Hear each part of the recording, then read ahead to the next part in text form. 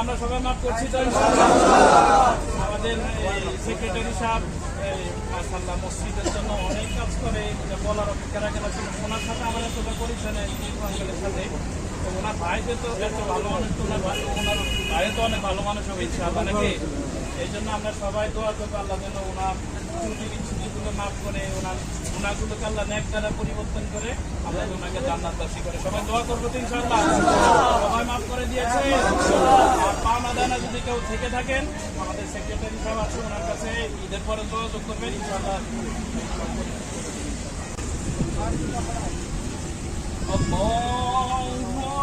সুপ্রিয় দর্শক, আসসালামু আলাইকুম। কেমন আছেন সবাই? আশা করছি ভালো আছেন। দেশ এবং প্রবাসে যারা আমাদের ভিডিও দেখেন, সকলকে জানাচ্ছি আন্তরিক প্রীতি এবং শুভেচ্ছা। বন্ধুরা, এক বুক কষ্ট নিয়ে আজকে গাবতলী গবাদি পশুর হাট থেকে আপনাদের মাঝে উপস্থিত হলাম। ইতিমধ্যে অনেকেই হয়তোবা আপনারা খবর পেয়ে গেছেন, গাবতলী হাটের অন্যতম যেই ব্যাপারী ছিল আমাদের টিপু ভাই। টিপু ভাইয়ের কিন্তু আজকে অকাল মৃত্যু। আজ 20শে মে, রোজ বুধবার, গাবতলী হাটে আমরা অবস্থান করছি কুরবানিকে ঠিক সামনে রেখে। শোকাহত একটি খবর বা মর্মাহত একটি খবর নিয়ে কিন্তু আপনাদের মাঝে হাজির হলাম। টিপু ভাইয়ের স্মৃতিচরণ যদি করতে যাই বন্ধুরা, কথা বলে আসলে শেষ করার মতো না। ওনার কথা বলে আসলে শেষ করার মতো না।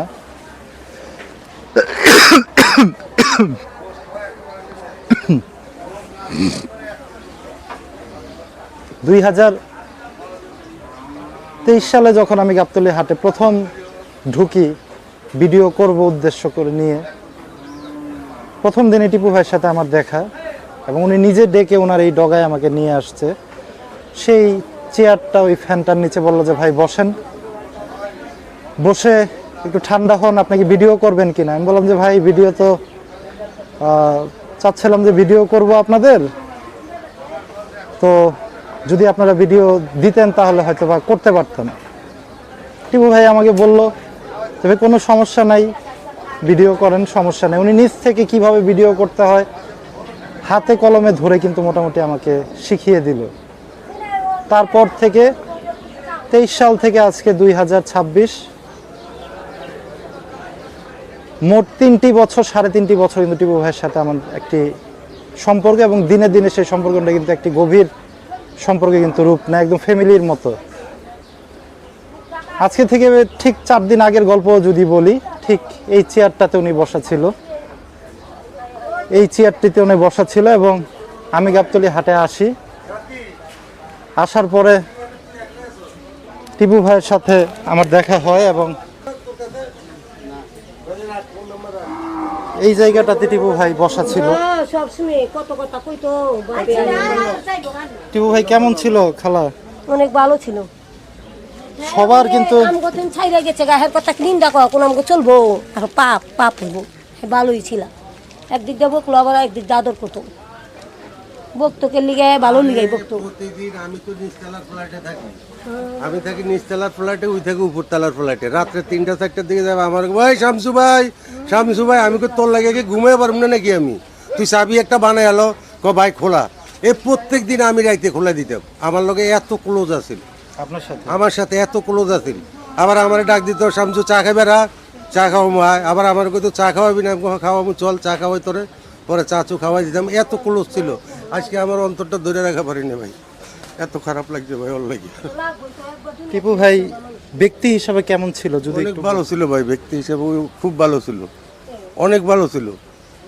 ও সবার লোকে হাসি ঠাট্টা করে কথা খুবই ভালো ছিল ভাই। বন্ধুরা, এক ভাইয়ের কিন্তু একটু কথা কিন্তু শোনালাম। আমার পার্সোনাল ব্যক্তিগত যদি আমি অভিমত আপনাদের কাছে ব্যক্ত করি, লাস্ট 3-4 দিন আগে উনি আমাকে ফোন করে ডেকে বলল যে ভাই কুরবানির সামনে চলে আসছে, একটা ভিডিও দিব আপনাকে, খুব ধুমধাম করে একটা ভিডিও করব 2 দিন পরে।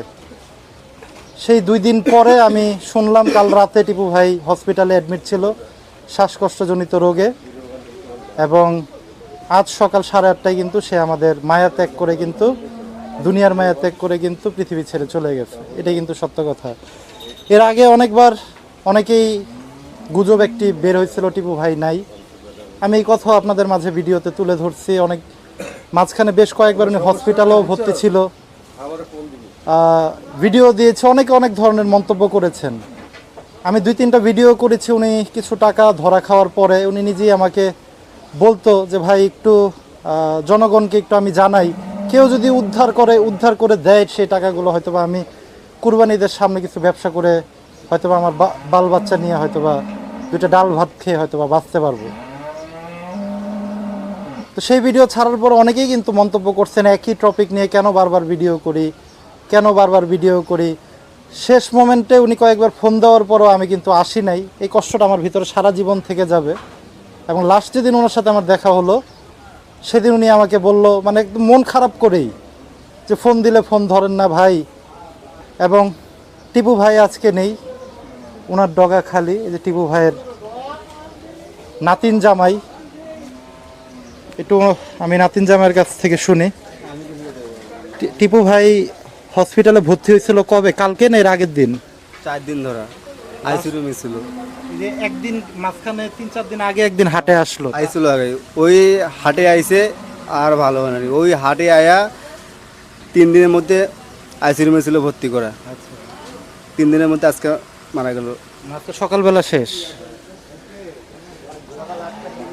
সকাল 8টার সময়, 8টা 8:30টার ভিতরে। ওনার ছেলের কাছ থেকে আমি যতটুকু শুনলাম 8টা 8:30টার ভিতরেই মোটামুটি উনি পৃথিবীর মায়া ত্যাগ করে চলে গেছে। বন্ধুরা, আসলে সব জিনিস আসলে এক্সপ্লেন করে বলার মতো ভাষা থাকে না মানুষের। কিছু স্মৃতি সব সময় থেকে যায়। যেমন গরুগুলা রয়ে গেছে হয়তোবা কুরবানিদের সময়। অনেকেই আপনারা এই গরুটা নিয়ে ভাই দাম একটা চাইছিল, অনেকে বলছিলেন যে ভাই উনি দাম বেশি চাচ্ছে। উনি কিন্তু ক্যামেরার সামনে বলে, গরুগুলা কিন্তু ওনারা প্রায় 1 বছর যাবত লালন পালন করছে। উনি ক্যামেরার সামনে বলে যে ভাই অন্যান্য গরুর তুলনায় আমার গরুর দাম কিন্তু একটু বেশি হয়, কারণ আমরা অনেক কষ্ট করে লালন পালন করি গরুগুলার। তো টিপু ভাই নাই, গরুগুলা কিন্তু রয়ে গেছে। টিপু ভাইয়ের ওয়াইফ আজকে 2 দিন আগেও আমাকে বলতেছিল যে ভাই আমাদের এই 2026 কুরবানি মোটামুটি শেষ, আপনার ভাই যেহেতু অসুস্থ সেই কারণে আমরা কিন্তু আর ঈদের তেমন একটা করতে পারবো না। গরু বাছুর কে বিক্রি করবে? আপনার ভাই না থাকলে তো কেউ বিক্রিও করতে পারে না। রয়ে গেল সেই গরুগুলি এবং এই বেঞ্চ, যেখানে এসে সবসময় টিপু ভাইকে আমি পেতাম। এখানে অনেক ভিডিও টিপু ভাইয়ের সাথে বসা আমি করছি, অনেক ভিডিও ভাষায় প্রকাশ করার মতো না। এবং ওই সাইডটাতে এই গরুগুলি সবগুলোই কিন্তু পুরো হাট জুড়েই কিন্তু টিপু ভাইয়ের অস্তিত্ব, বিভিন্ন চায়ের স্টলে। এবং এই যে কিছুদিন আগে আমাকে বলতেছিল যে ভাই একটা ব্যানার লিখবো, সেখানে আমার নাম্বার দিয়ে দিব, কেউ যদি আমাকে এসে খুঁজে যাতে আমি যদি নাও থাকি অন্তত আমার ফোন নাম্বারে যাতে কথা বলতে পারে। তো উনি এমন একটা মানুষ ছিল, 30 লাখ টাকা আসলে কিভাবে ধরা খাইছে সেই ব্যাপারটা আমি অনেকটা জানি।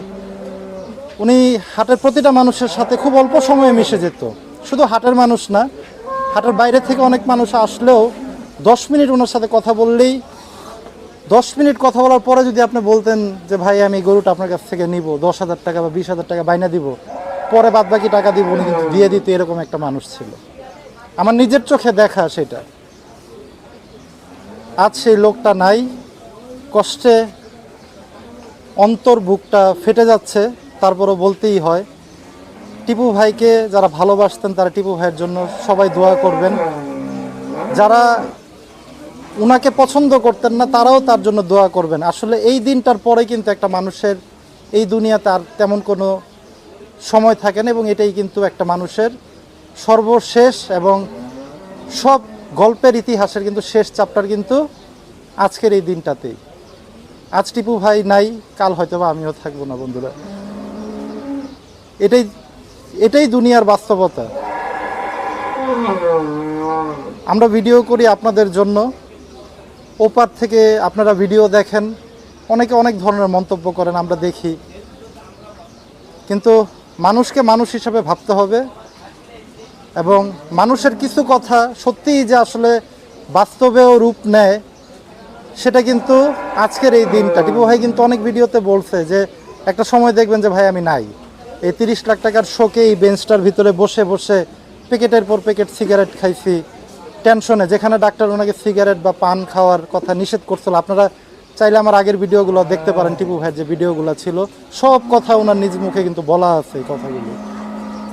এবং সেখানে কমেন্ট বক্সও দেখবেন অনেকে অনেক ধরনের মন্তব্য করছেন, অনেকে দোয়া চাইছেন তার জন্য, অনেকে ভালো বলছেন, অনেকে অনেক কিছু করছেন, এবং অনেকে আবার হয়তো একটু অন্যরকম মন্তব্য করছেন। তো সেটা করতেই পারেন আপনারা, কিন্তু মানুষের আসলেও ভাই কিছু জিনিস বিশ্বাসে রাখতে হয়। বিশ্বাসেই দুনিয়া, বিশ্বাসেই কিন্তু মানুষের জীবন। তো যাই হোক বন্ধুরা, ভিডিও আর বেশি বড় করব না, ভাবতেই খারাপ লাগতেছে আজকের পরে এই ডগায় আসলে আর হয়তোবা টিপু ভাইকে আমি আর পাবো না, বা আপনারাও আর কখনোই টিপু ভাইকে পাবেন না। এটাই সবচেয়ে চিরন্তন সত্য। টিপু ভাই আজ 8:30 বাজে মারা গেছে, এবং গাবতলী নতুন যে জামে মসজিদ, সে জামে মসজিদে জোহরের নামাজের পর তার জানাজার নামাজ কিন্তু অনুষ্ঠিত হয়। সেখানে হাটের গণ্যমান্য প্রায় প্রতিটা ছোট থেকে বড় সব মানুষ, নারী পুরুষ সকলেই কিন্তু ওনার জন্য দোয়ায় অংশগ্রহণ করে এবং জানাজায় অংশগ্রহণ করে। আমরাও ছিলাম। আপনারা যারা থাকতে পারেন নাই বা যারা ভিডিও দেখতেছেন, তাদের কাছে একটাই অনুরোধ, টিপু ভাইয়ের আত্মার মাগফিরাতের জন্য আপনারা সকলেই দোয়া করবেন, এবং ওনার যদি কোনো ভুলভ্রান্তি হয় সকলে ক্ষমা সুন্দর দৃষ্টিতে দেখবেন। এবং ওনার পাওনা দাওনার বিষয়ে আমাদের গাবতলী হাটের সেক্রেটারি আমাদের নাসির ব্যাপারী, নাসির ভাই ওনার ছোট ভাই, উনি বলছে ওনার দায়িত্ব নিচ্ছে যে কেউ যদি ওনার কাছে পাওনা দানা থাকেন সেটা কিন্তু ওনার সাথে যোগাযোগ করলে সেটা কিন্তু পরিশোধ করে দেবে, সেটা কিন্তু নাসির ভাইয়ের দায়িত্ব নিয়ে নিচ্ছে। তো বন্ধুরা, যাই হোক, গরুগুলা আছে, নাতিন জামাই আছে এই পাশটাতে, যারা ভাবি বাচ্চা সবাই কিন্তু তাকে নিয়ে চলে গেছে সেই কুষ্টিয়া টিপু ভাইয়ের দেহ নিয়ে। এবং এই গরুগুলো যদি কেউ নিতে চান আপনারা তাদের সাথে যোগাযোগ করতে পারেন হাটে এসে। আপনারা হয়তোবা গরুগুলা নিলে সামনে হয়তোবা ওনাদের চলার পথটা একটু হয়তোবা সহজ হবে।